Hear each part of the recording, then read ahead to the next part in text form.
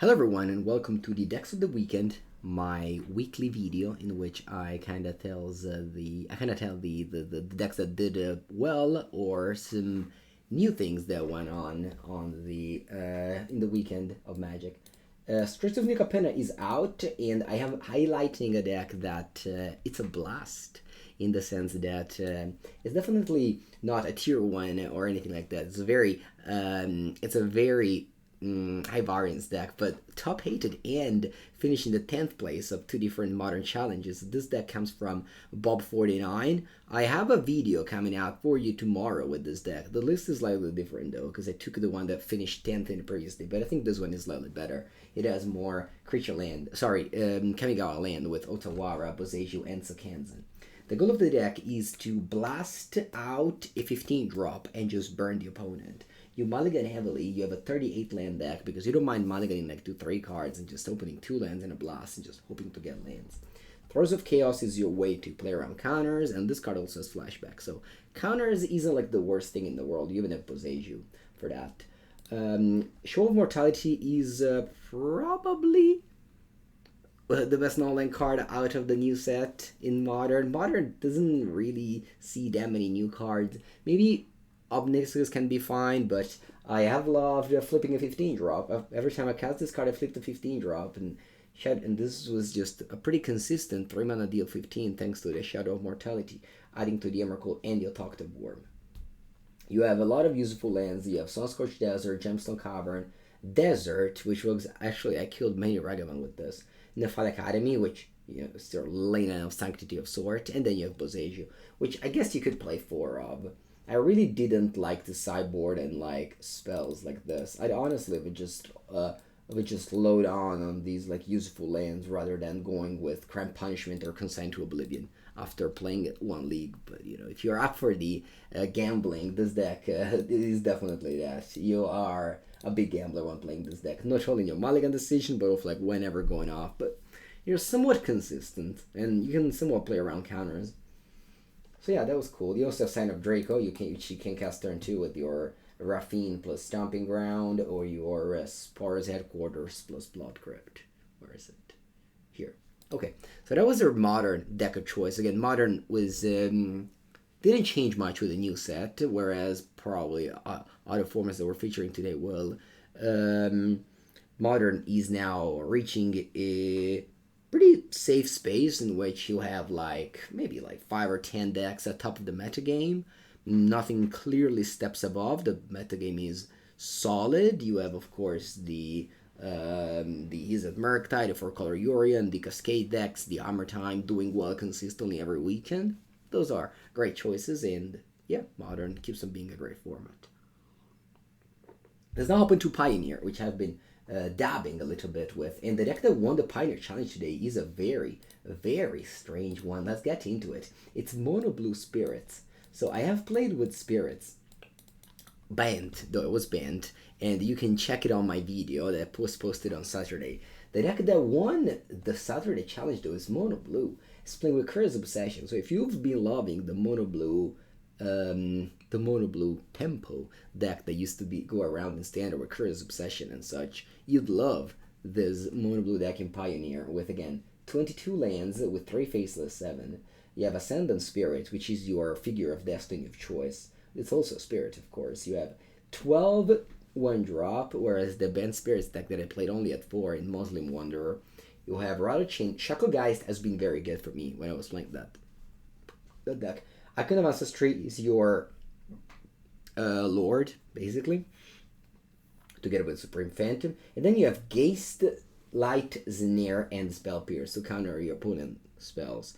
Geist, Light, Znir might be a 1-mana mana leak, as you get discounted if you have a Spirit, which was very likely with this deck, and you discount if you have an Enchantment, which also very likely because you have the Curse Obsession that is an enchantment, so this could happen for sure. In the side there's Unlicensed Hearse, which is a Relic of Progenitus that was definitely missing in this format in Pioneer. Our graveyard decks are a thing, and having Unlicensed Hearse, it's nice. It's very nice. If you've seen me opening the collector boosters, you've seen that I opened 3, all different. Yeah, I hope this card gets popular now that I have three. Some bind control and more counter magic with Lofty Denial being very much a 2 mana counter target spell unless they pay 4, which is very important against decks like Winota, Lotus Field, and so on and so forth. So yeah, Pioneer is a format that's very combo oriented, with Mono Green Storm, Winota, Lotus Field being the best decks in the format. So seeing a mono blue deck with counters and cheap cards is definitely a testament of the unfairness of the format. Let's now hop into Standard, which is of course the format that got revolutionized the most by the new set with Straits of New Capenna coming out. I have showed you in my videos Jund with Obnixilis coping Izika's Chariot. This was the deck that won the Standard Challenge. You'll see a video with this deck soon in the future. Sorry. You'll see a video with this deck soon in the future as I played a league with this deck. I don't know why now Magic Arena. Okay. So this was the deck. It was playing with Obnixilis and Izika's Chariot. That's a very powerful combination. It was also playing with Zia Torres and the Boy, a card that has overperformed. Very strong with Stormseeker and the Lana giving it haste and just drawing an extra card or putting that right into play. Remember, if you flip a card that costs like less than the amount of damage you dealt with, you just put it into play. That's very good. Another card that impressed me out of this deck was Unleash the Inferno. Killing a creature and an enchantment or an artifact was real, and in this format is very popular. The deck that I want to highlight today, I mean, I guess I highlighted both of them. It's no problem in highlighting two decks. It's the finalist though, so that deck won the challenge. This deck made the final, and this deck is playing a card that I'm just kind of failed my attention when I was reading the spoilers and just seeing the new decks, and that's Raffine Scheming Seer. It's a Esper card with flying and word 1. Word 1 obviously important in a format with Bloodchip Thirst and March as removals, as well as Vanishing Verse and Void Rend. So the word 1 and the multicolorness of it definitely is strong in this format. It says whenever you attack, target attacking creature can use X, where X is the number of attacking creatures. So playing this on turn 3 after you went Tenacious Underdog or Luminarch Aspirant is a big deal. And playing this in a deck with Kaito Shizuki also a big deal, because assuming you can get an attack every single turn with the Kaito. So this deck is an Esper Planeswalker deck with Kaito, Soaring, Wandering Emperor, Lolth, and Esper Resplendent. This is another new card. 5 mana for a 5 loyalty Planeswalker. You +1 and you give a choice between abilities. Lifelink being very strong right now because Obnixilis, of course, drains your life. So having Lifelinkers is important. You have Lifelink in this deck in the form of Wandering Emperor and only Elspeth.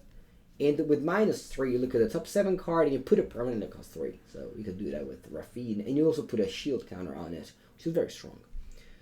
This deck is cool, came second place, and I'll be playing this deck in the future on my channel. So stay tuned for some more standard play for sure. Oh, Legion Angel, it's a card that's so popular now. Almost every deck player for real. The Mono White, Rose, and even Disaster decks. Legion Angel definitely a sweet card, showing you the power of this card even in best of 3 and not in best of 1. Thank you for watching, of course, and I will be back on the channel every day with videos every day, and of course on stream from 9 a.m. to 1 p.m. of the Italian time zone, playing Modern, Standard. Those are the decks I'll be focusing on these days, and thank you for watching.